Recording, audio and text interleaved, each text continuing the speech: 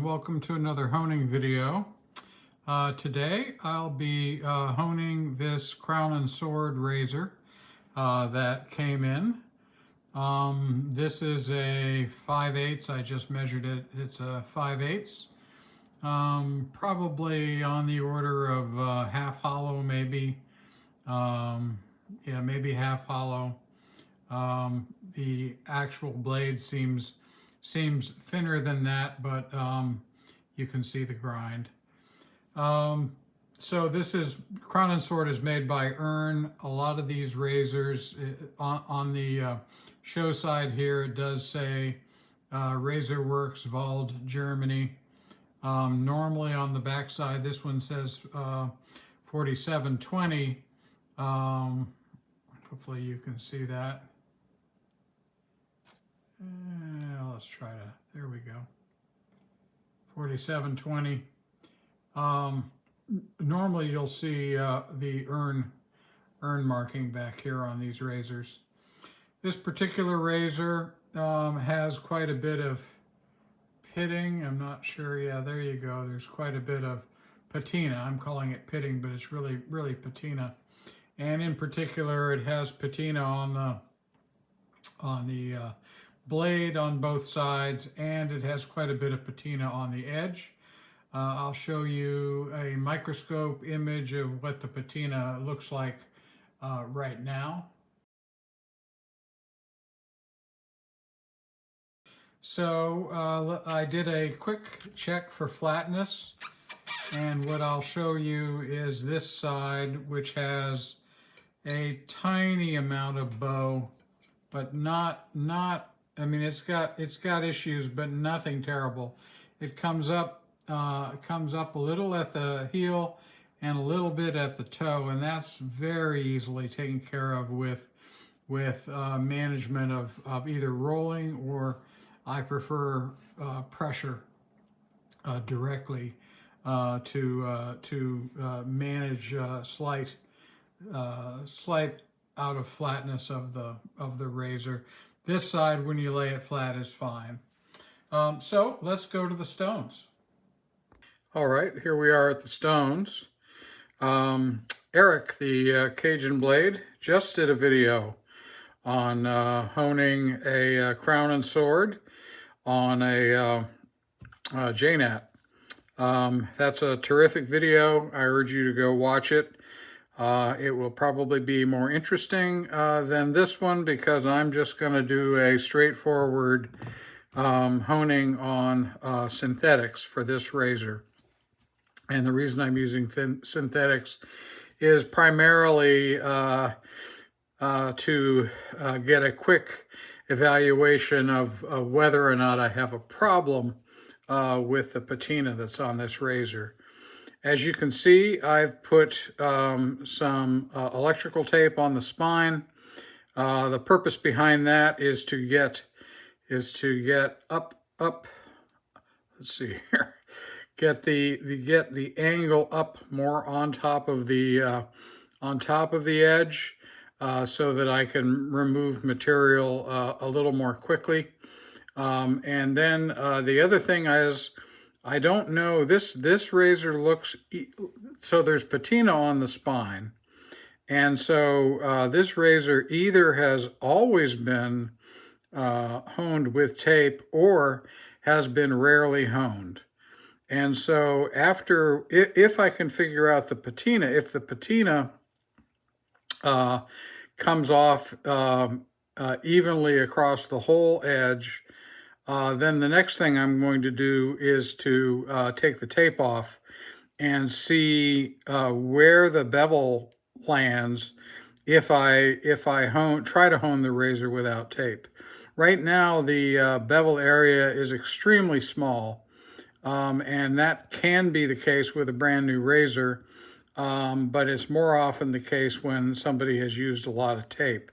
And you don't really want a bevel area that's too small. You want enough area that there's a surface on each plane of the edge to allow you to remove the material and drive the intersection of those two planes into an apex. If you don't have enough area, then what you'll see, especially under a microscope like mine, is that the very apex tends to form and then go away and form and then go away because there isn't enough material on each bevel to allow for an even shape to be created. Okay, so a lot of yabbering. Let's get going here. I've already flattened this 2K stone. I think I showed it to you. Yeah, I did. I've already flattened this. I'm doing this to create a little bit of slurry. I always like to use a little slurry. This was a Toma 140 plate that I used to both flatten and raise a slurry on this stone. And so let's get going. Let's see where the edge is. Yeah, not great, right? So 2K is a good place to start. As I said, the goal here is definitely going to be to remove material with the hope of being able to remove the tape and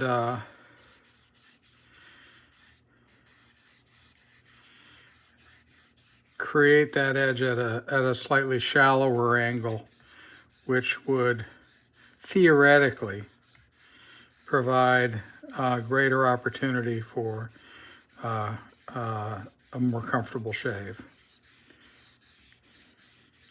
And I say theoretically because each person's shaving beard and shaving style is different.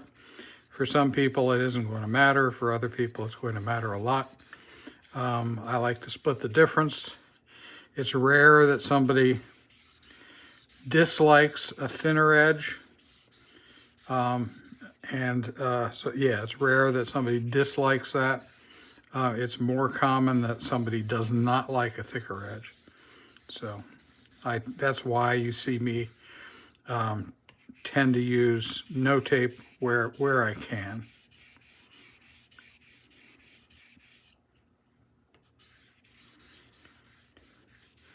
In terms of pressure, I'm on the 2K.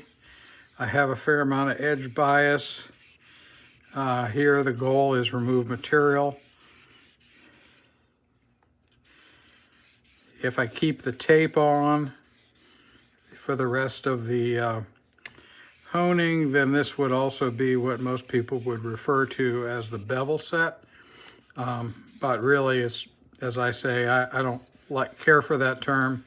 All I'm doing is removing material from each side of the bevel until and I'm removing material from the apex, but I'm removing material until the apex, those two bevel surfaces create an apex that's as small as the stone will allow. Okay, I could feel. So what am I doing? How do I know where to stop? Well, I'm stopping where I could feel a difference in the edge on the stone.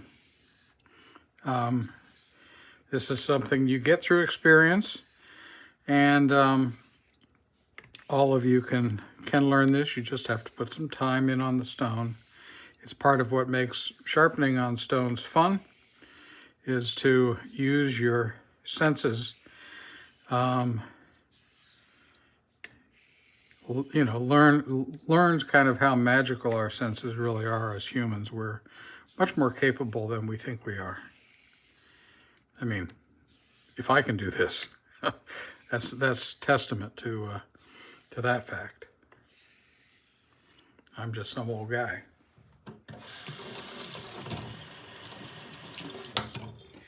Okay, let's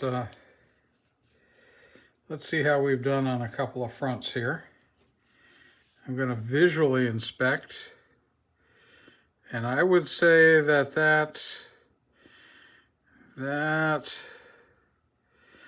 looks like it cleaned up visually, at least. Yeah, it looks as if it cleaned up the the bevels on both sides.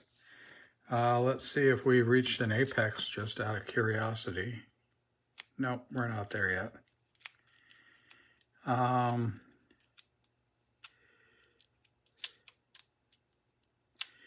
Yeah, we're not there yet. I think I'll continue. Get to an apex and then go take a look at it.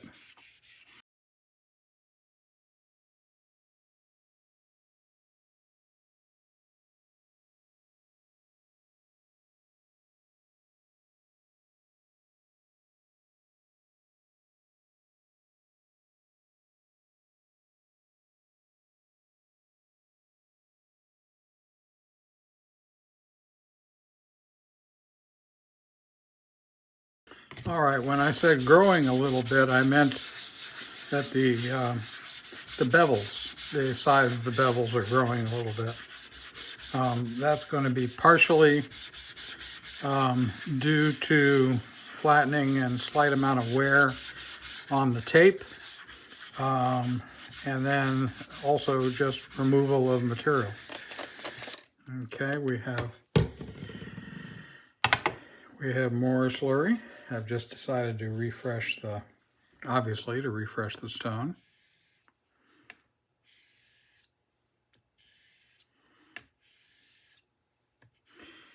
The razor does feel good on the stone, the edge.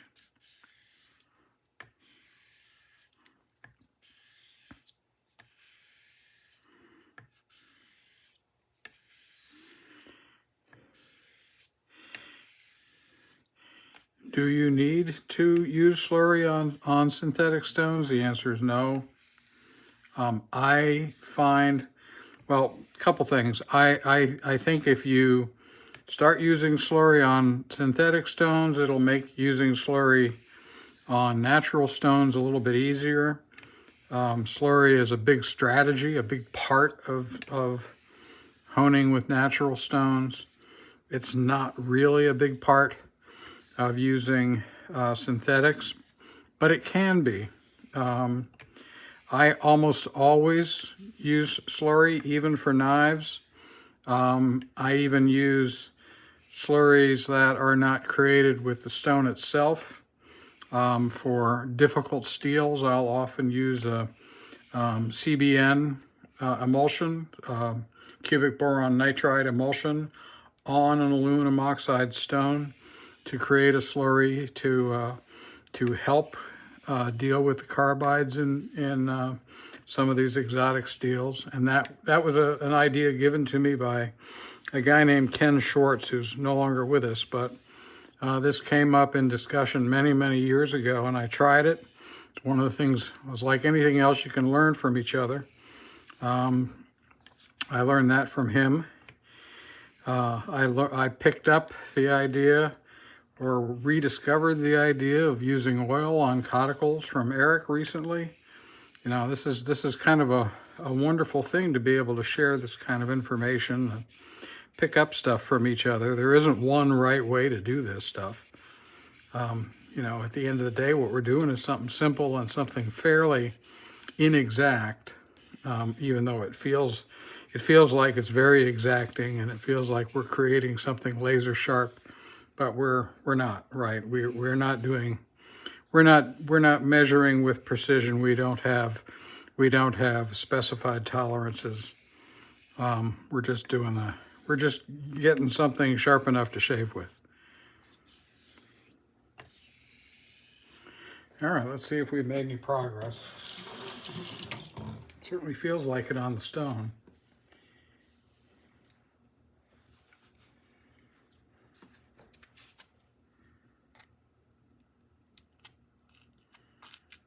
Not really, but I can, just from the way I'm applying pressure, I can kind of tell that I'm close. So I'm gonna keep going. I may cut this out because I've already spent a fair amount of time on a 2K stone here. I am, as I said, well, I don't remember if I said, I am using a fair amount of edge bias. If you're new to honing, my recommendation is just to use enough torque, enough edge bias that you can feel the edge firmly against the stone, but don't gorilla it. You can start to change that pressure. If you do that and just let the stone do its work, that'll work for you. And then as you gain more experience, you can learn like how much more you can add pressure, and you can learn where to take pressure away, which is typically, you take pressure away typically on the finishing stones. And the goal behind lightening your pressure on those finishing stones is partly to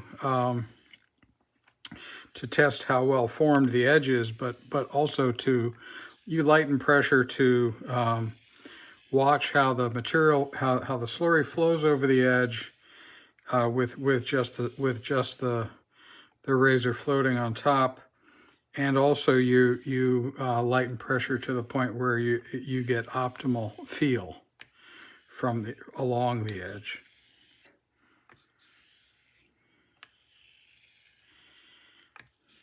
So I'm doing more rolling on this side than on the other.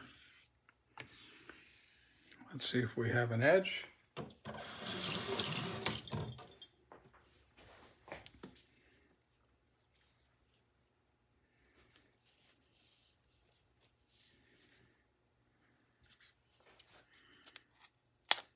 There we go. You've seen this show before if you've watched any of my other videos, and as always, I'm going to thank you for watching any of my other videos, and you have my sympathies, as always, for having had to watch my other videos. Okay, I'm going to deal with the tape. Let's see if I...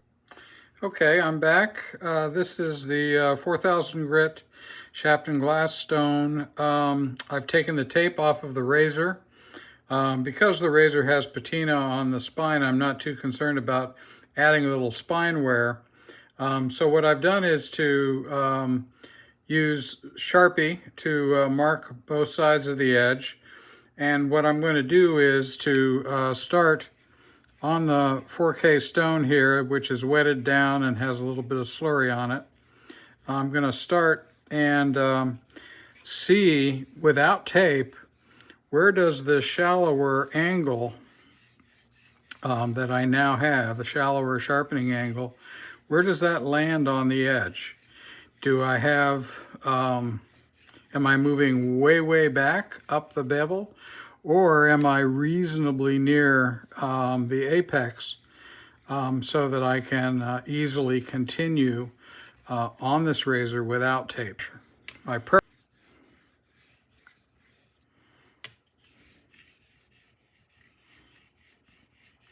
So that was a welcome surprise. I can tell that well, no, that was pretty good. I think I still need a fair amount of torque into the stone, which is reasonable considering, I'm sorry, edge bias into the stone, which is reasonable considering that I just lowered the sharpening angle a little bit. But it's moving. See how it's clearing the slurry? There's not streaks of slurry underneath the edge. That tells me that I have good contact with the edge as it moves along the stone.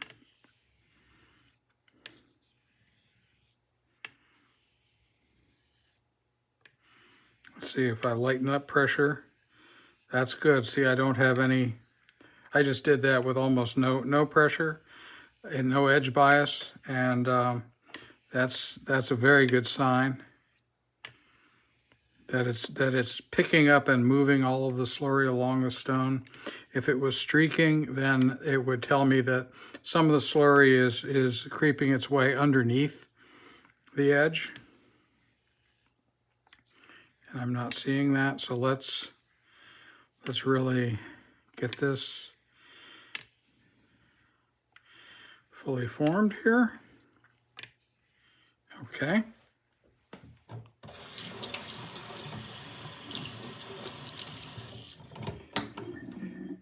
I'm definitely feeling it, feeling the edge on the stone. So that's a good sign. Again, that's something that comes with experience, and just do a fair amount of this and you'll get it. I think it's something we all can do.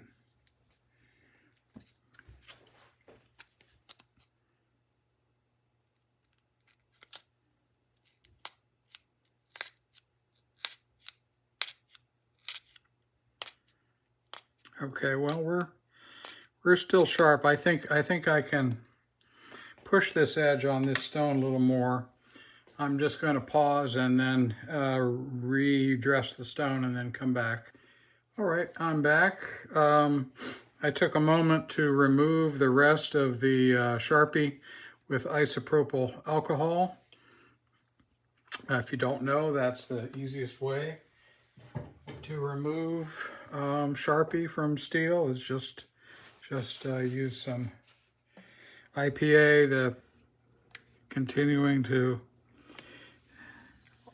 just roll. Make sure I'm getting pressure across the whole blade. I don't have to take the edge too far. I don't have to take the heel too far off the stone to roll pressure, because I'm not doing it one-handed.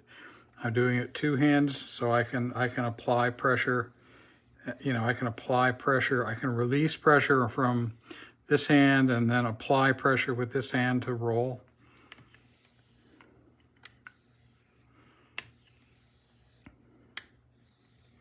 Try it. You'll like it.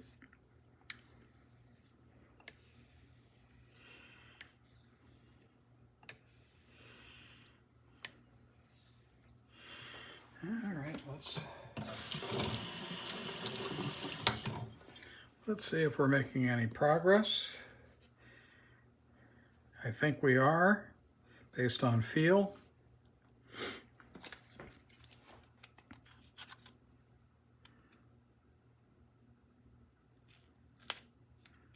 Yes, we are.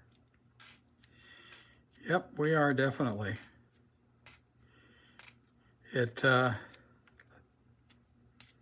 Yes, we are definitely. Yeah, I'd say I'm going to do a few more laps here on the 4K stone, primarily on the center.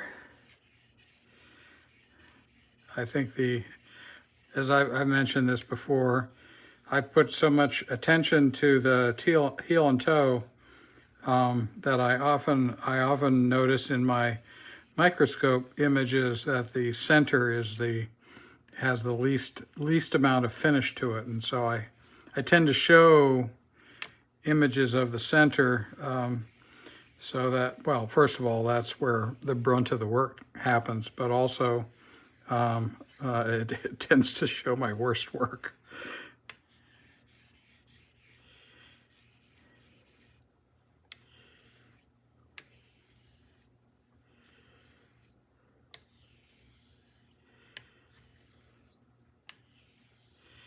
Okay.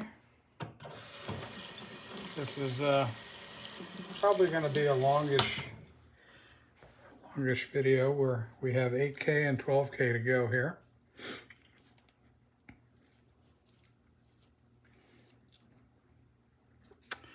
Let's see where we ended up.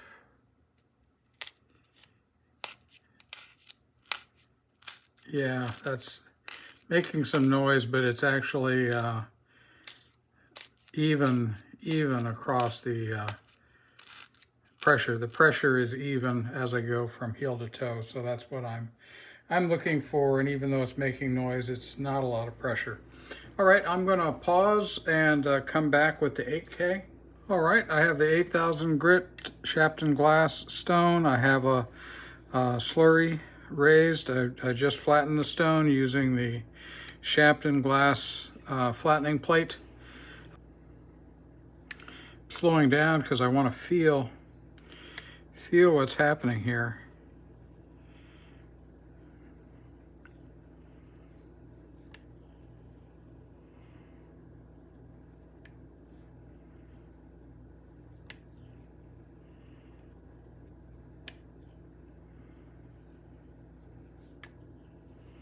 And I'm not good at going quickly when it comes to this kind of thing.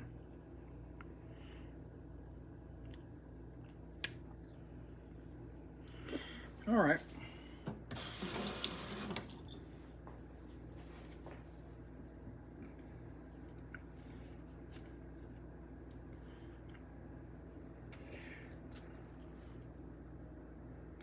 Oh, much better. Yeah. Okay, yeah, that's a very good, that's a very, very good, that's really very good. I mean, you could easily, this is a quite shaveable edge. So let's go to the 12K. Sorry for the length of the video. I'm just gonna continue here. I'm gonna go to the 12K and I'll be back. All right, I'm back. This is the Naniwa 12K Superstone. I've just flattened it and raised a slurry on it. While I was away, I went and took a look at the 8,000 grit edge on this razor to make sure that everything was where it should be, and it is. So I will show you the microscope image of this edge now.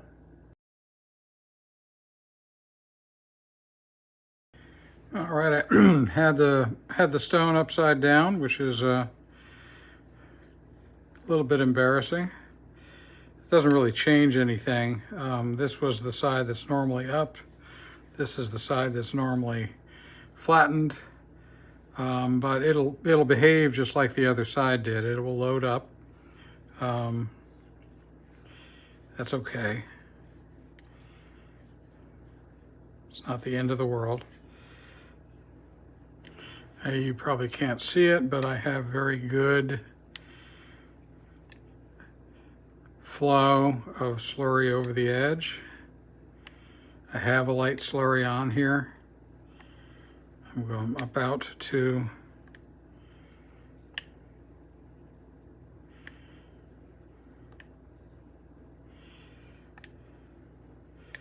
switch over to no slurry.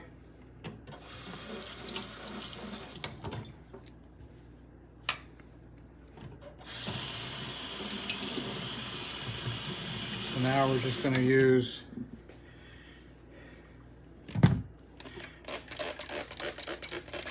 we're just going to float the edge on water here.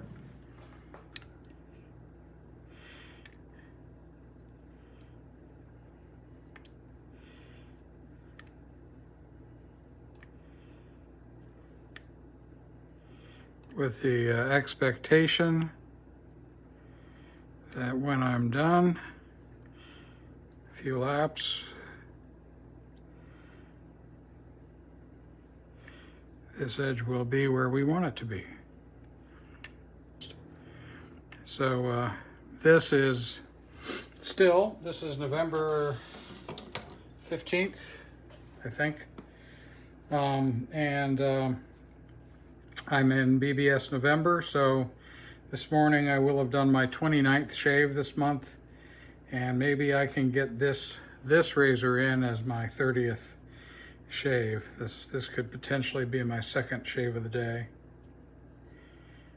I might put it off until tomorrow morning, because that'll give me, I typically do my morning shave after 13 or 14 hours from the last shave, and that would be maybe better as a test case for this razor. All right, let's see where we are.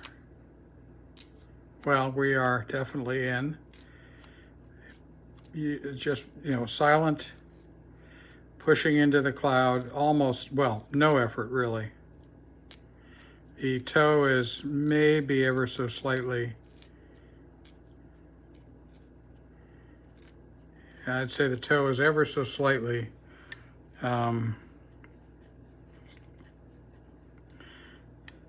duller than the rest of the blade. So I'm going to take care of that now. And you might be wondering, could you possibly be doing this on a 12K stone and You know, I hear you.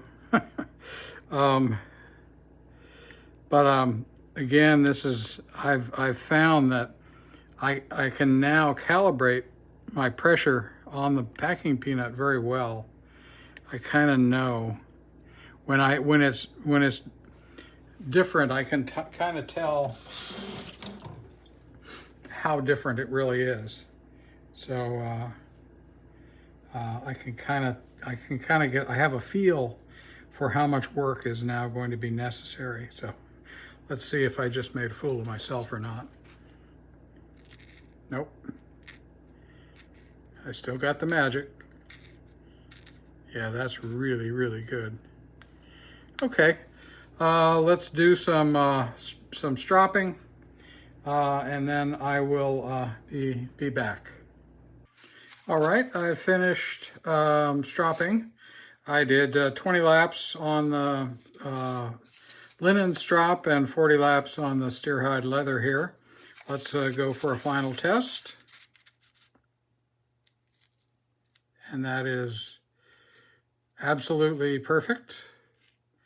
Silent and zero pressure to push into the packing peanut. It's absolutely perfect everywhere that I'm testing. So that's a roaring success for this razor. The Earn razors typically have great steel. So I'm going to take a microscope image of the final edge, and I'll put that after this video. Thank you for joining me on such a long one, and I will see you in the test shave. Bye.